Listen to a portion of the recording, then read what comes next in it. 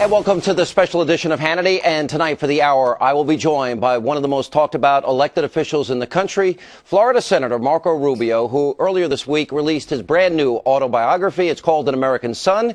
And he is here in studio. And you'll also hear later from his wife and his kids. They're seated right there in our studio audience. But first, we welcome the senator from the great state of Florida. How are you, Senator? Good to see you. Thank you. Senator Rubio. Thank you. You know, I learned so much about you in this book. And one of the things you really highlight is how difficult your grandparents and the life that they had, the life of your parents, and how fortunate you are. And you had even at one point in the book said, I'm not half the man my grandfathers were. Yeah. My father was. Yeah. You had a doubt at one point. Tell us about their lives. Well, first of all, I think that there's this misconception that the immigrant story is one of instant success, and it's not in this country, very rarely. In fact, many instances, people come and work all their lives and barely get ahead more than where they were when they got here. But what they do is they're able to leave their kids with every opportunity they didn't have.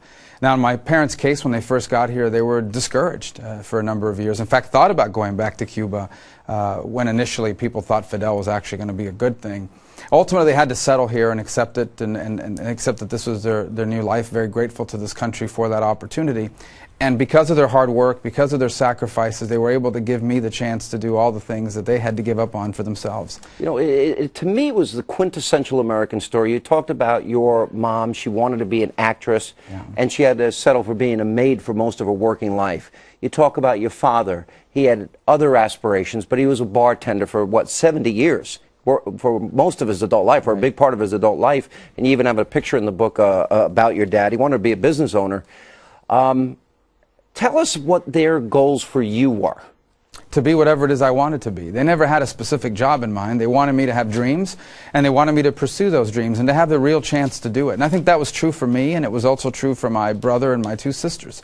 That's what they wanted for us. And, you know, one of the things the book forces you to do when you sit down and you have to research your parents and who they were and where they came from and how their journey here began, you learn, you meet these people you've never met before. You realize that your parents were once your age, and when they were your age, they had hopes, they had dreams, just like you did. And for some parents, it becomes impossible. In the case of my parents, the circumstances that they faced coming here, a new country, didn't know anybody, didn't know the language, didn't have much of an education. But the purpose of their life became, I want my kids to be able to do all the things we weren't able to do. Whatever their dreams are, that's what we wanted to do. It was never to be a senator or to be an actor or to be an athlete. It was whatever we desired. And I think that is really a testament to America. You talk about the night that you were elected senator and you watched your mother walk up the stairs, yeah, just before you gave your speech. Tell everybody about that.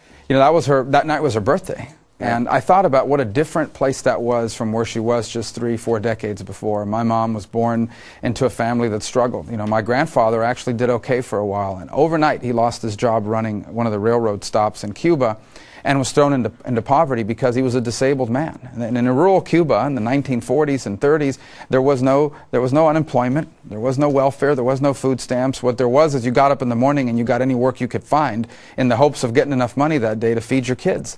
And he was disabled, so there wasn't a lot of work around for a disabled man back in that time, as you can imagine. He struggled.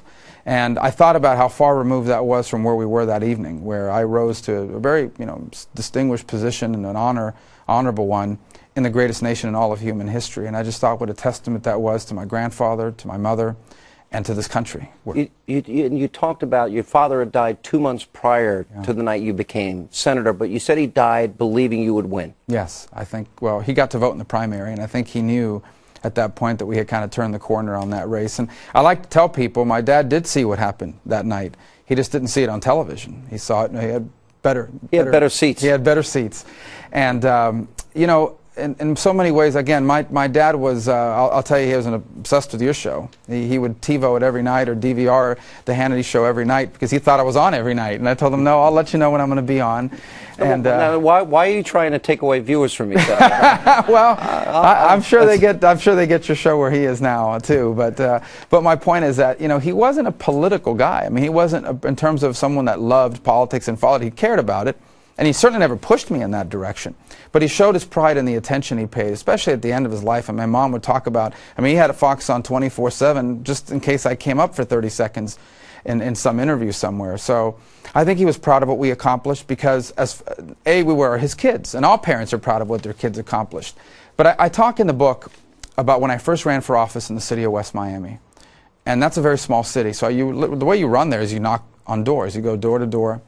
And it was during that time, going into the living rooms of my neighbors, a lot of elderly Cuban Americans, that I got to know who I really was and who my generation was. And invariably those conversations turned to when they were young and the hopes and dreams they once had for themselves and how that was lost to them because of history.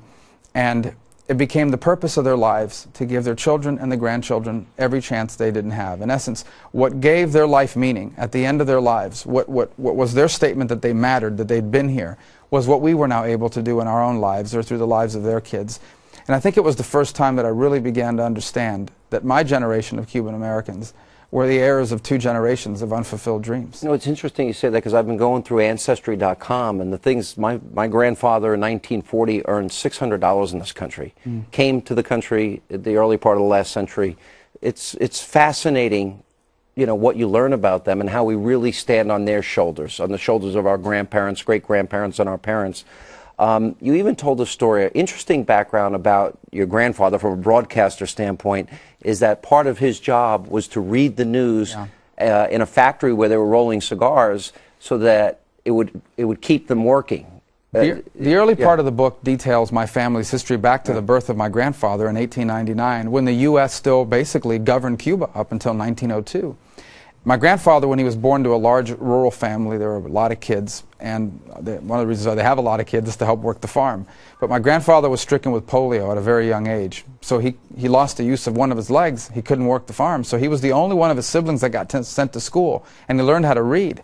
And when he lost his job at the railroad station, one of the jobs he took up was he'd go to the cigar factory where they would roll cigars, and they would hire him to sit at the front of the factory and read the newspapers to the workers, and then afterwards novels to the workers.